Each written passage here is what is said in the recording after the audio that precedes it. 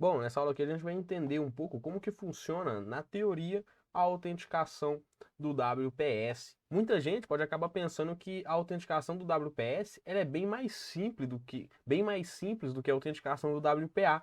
Mas muito pelo contrário, o WPS ele visa simplificar, vamos dizer assim, facilitar para o usuário final a autenticação por senha e toda essa facilitação, vamos dizer assim, para o usuário final, ela tem algumas consequências, como por exemplo, apesar de facilitar muito para o usuário final, tecnicamente se torna um processo muito mais complexo. Além disso, é o que eu sempre falo, né? Simplicidade e segurança nunca andam lado a lado. Claro que sobre os problemas do WPS a gente vai ver mais para frente, mas aqui a gente vai tentar entender um pouco na prática, quer dizer, na teoria, né, como que funciona a autenticação do WPS. O WPS, ele, diferente do WPA, onde são 4 trocas de mensagens, né, ou seja, um four-way handshake, no WPS são 8 mensagens, né, e cada etapa, cada troca de informação é conhecido como mensagem, né? Então a gente tem tanto da mensagem 1 até a mensagem 8. E como que funciona isso? A partir do momento que o cliente ele solicita uma autenticação WPS com o roteador, se inicia o que é conhecido como, bom, as trocas de mensagens, né? Se inicia a troca do M1. Então, quando o cliente ele solicita ali para se iniciar uma autenticação, começa de fato a autenticação do WPS. E ela vai começar com o roteador enviando a primeira mensagem, né, o M1. Esse M1 ele vai conter basicamente algumas informações básicas daquela rede, como por exemplo, nonce do roteador, a versão do WPS, o MAC do roteador, vai conter também uma chave pública DH, né? O DH é o Diffie-Hellman, que é um tipo de criptografia aí para que o roteador e o cliente possam trocar informações de maneira segura. Uma vez que o cliente ele recebe essa mensagem do M1, ele vai enviar a mensagem 2, né, o M2. Então o cliente, uma vez receber do M1, ele vai enviar o M2 para o roteador.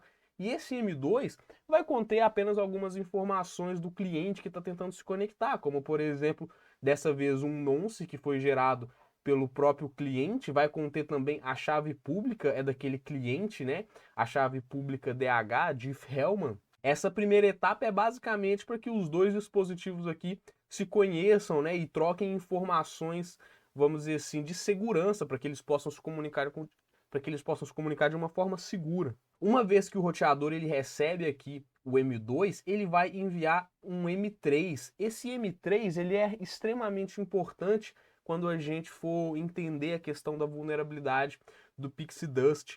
Nesse M3, o roteador ele vai enviar duas informações que é conhecida como eHash1 e eHash2. São duas hashes, né, que o roteador envia.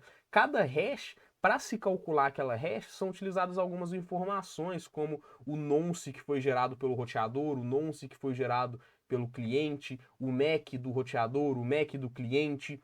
Vai ser usado a metade do PIN, né? Então, por exemplo, no eHash1 vai ser utilizado os primeiros 4 dígitos do PIN. No eHash2 vão ser utilizadas as mesmas informações e vai ser utilizado também os últimos 4 dígitos, né? Então cada um vai conter uma parte do PIN. Para se gerar esse hash também vai ser utilizado uma chave, né? Uma chave que é trocada de uma forma criptografada entre o cliente e o roteador através aqui do M2. Só que essa informação a gente não consegue ver, porque ela é enviada de maneira criptografada, né, através aqui dessas chaves públicas, através dessas chaves públicas que ele trocam. Então vai ter uma informação aqui também, vamos dizer assim, uma informação secreta que só o cliente e o roteador sabe. Essa terceira mensagem é basicamente para que o cliente saiba que o roteador realmente conhece o PIN completo. Isso aqui vai evitar que, por exemplo, que você tenha tentando. Isso aqui vai evitar, por exemplo, que você esteja tentando se conectar em um AP falso, né? Em um AP, vamos dizer assim, manipulado utilizando o WPS, porque nesse M3 aqui, o roteador, a gente garante que o roteador, de fato, ele sabe aquele PIN completo. Só que, claro, sem enviar o PIN, né? Ou seja, tudo isso através das hashes.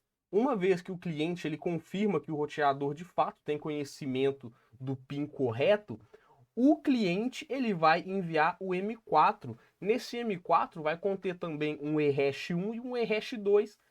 Basicamente, a mesma ideia é do basicamente a mesma ideia da mensagem passada, né? Só que dessa vez a ideia é o cliente confirmar para o roteador que ele conhece o PIN. Lembrando que o PIN ele não é enviado, vamos dizer assim, em texto puro, né? Isso é apenas em formato de hash. Ele prova que ele conhece o PIN sem enviar o PIN. A questão toda é que quando o cliente ele envia o M4, o roteador ele não vai verificar se o cliente ele conhece todo o PIN nessa mensagem. Ele vai verificar apenas se a primeira parte do PIN, ou seja, se os 4 primeiros dígitos daquele PIN está correto. Então, quando ele verifica que a primeira parte do PIN, ou seja, que a primeira metade do PIN está correta, o roteador ele vai confirmar isso, ele vai enviar um M5. Se tiver incorreto, ele vai já dar um erro logo aqui. Ele vai enviar uma mensagem de dizer, ó, não, tá errado isso aí, o PIN não tá correto. Mas se a primeira metade do PIN ela tiver correta, o roteador ele vai responder com um M5. Esse M5 ele já vai conter dados criptografados. Esses dados criptografados vão conter R-hashes1 e um R-hash2, que é basicamente, resumindo muito, a mesma ideia aqui desses E-hash aqui, ó, é o PIN, só que em formato de hash, né?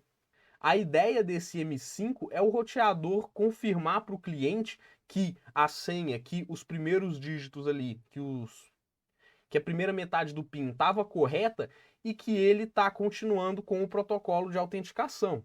O cliente, ao receber essa informação do M5, ele vai enviar um M6. Esse M6 é basicamente uma confirmação de que ele está seguindo o protocolo de confirmação, de autenticação, na verdade, falei errado. Uma vez que o cliente ele confirma que está tudo, vamos dizer assim, que está tudo nos conformes, o roteador ele vai fazer a verificação do ehash2 que foi enviado lá no M4, ou seja, ele vai validar se a segunda parte do PIN ela estava correta. E olha só que interessante, né? Só isso daqui a gente já consegue já imaginar formas, vamos dizer assim, de quebrar o PIN através do brute force de maneira mais fácil, ou seja, a gente não precisa adivinhar os 8 caracteres do PIN, vamos dizer assim, completo, né, para tentar quebrar o PIN. A gente pode primeiro tentar adivinhar só a primeira parte, porque a gente acabou de perceber que se a gente adivinha a primeira parte, ele não faz, logo aqui de cara, ele não faz a verificação do ehash2, só do ehash1. Então, se a gente acerta só os 4 primeiros dígitos, ele vai responder com um M5, aqui a gente já sabe, ó, a primeira parte do PIN está correta. E se aqui no M6, quando a gente enviar o M6, o roteador ele vai verificar a segunda parte, ele vai dizer aqui, ó, ah não, beleza, a segunda parte está errado ou a segunda parte ela está certa. Se a segunda parte ela estiver correta, o roteador ele vai responder com um M7. Esse M7 ele vai conter as informações de segurança da rede, vai conter a senha do Wi-Fi WPA, vai conter o SSD da rede. Então veja, só com isso daqui a gente já vê que o PIN brute force, que o brute force de PIN, ele é relativamente mais simples do que a gente poderia ter imaginado, né? Que é adivinhar os 8 dígitos de uma vez só. A gente meio que segrega isso. Primeiro a gente adivinha 4 dígitos, porque só com base nas respostas aqui a gente pode adivinhar só 4 dígitos, ou seja, ficar variando apenas os primeiros 4 dígitos e deixando aqueles últimos 4 dígitos estáticos, vamos dizer assim. E quando a gente adivinhar a última parte, a gente pode fazer o brute force do resto, né? Já que a gente já vai saber qual que é a primeira. E quando a gente receber esse M7, tudo bonitinho, com as informações da rede, a senha da rede, o SSD da rede, que é o nome, né? O BSSD da rede, que é o MAC, a gente vai confirmar aqui um M8, dizer, beleza, eu confirmo que eu recebi essas informações. E é assim basicamente que funciona a autenticação do WPS, né? Aqui, no momento que ele confirma o M8, o roteador ele vai enviar mais uma informação que é para bom, acabar, né? Que é para concordar ali, beleza, a autenticação ela foi finalizada. Mas é basicamente assim que funcionam as 8 mensagens de autenticação aqui do WPS. Eu tentei explicar de uma forma que simplificasse melhor, né? As mensagens aqui elas contêm headers que, bom, são muito mais complexos ali do que o WPA, mas de uma maneira simplificada, acho que ficou bem simples, né? Permitindo assim a compreensão do que realmente é importante para a gente, de como que funciona a autenticação do WPS. Mais para frente a gente vai dar uma estudada na questão do Pixie Dust e a gente vai voltar aqui nos processos de autenticação, o que vai poder ali aclarar possíveis dúvidas que tenham ficado em relação ao processo de autenticação. Mas é isso, até a próxima aula.